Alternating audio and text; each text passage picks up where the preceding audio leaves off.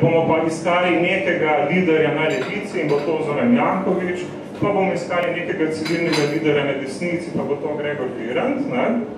Ne gre za to, po mojem, da gre za politične pritiske. Gre za to, da novinarji največkrat, mislim, ta razlaga je malo prekratka, gre za to, da novinarji delujejo očitno, ali pa uredniki medijske hiše, delujejo na ta način, da preračunavajo politične učinke. Se pravi, očitno v njihovi glavi nekako predstavlja Zoran Janković neko pomembno politično figuro v prihodnosti, zato jo interpelirajo v političnega komentatorja par excellence. To je en primer. Drug primer. Naj mi nekdo končno pojasni, kakšno vlogo ima recimo nekdo po imenu Matej Makarovič v tej medijski krajini, zakaj pa ne, Vlado, ne, medijski krajini.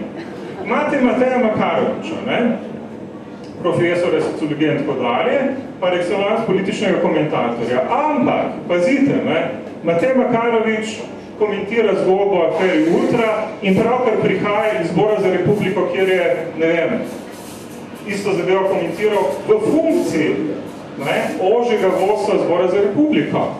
Matej Makarovič komentira afero Ultra in pravkar prihaja iz izvršnega sveta Združenja novinarjev in publicistov, kjer je ravno kar odstopil Peter Jančič. Zakaj? Zato, ker je Matej Makarovič isto pismo afere Ultra ravno kar poslal, pa je mimo vednosti Petra Jančiča.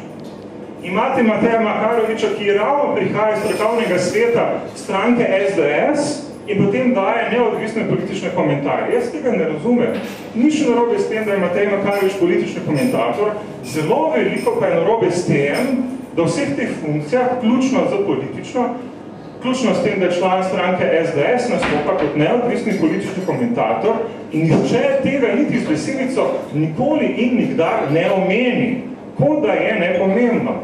V teh različnih funkcijah lahko daje seveda številne različne izjave, lahko celo takšne, ker komentira tisto, kar je ravno kar izrekel v funkciji člana Zbora Republiko ali člana Združenja novinarjev publicistov in tako dalje.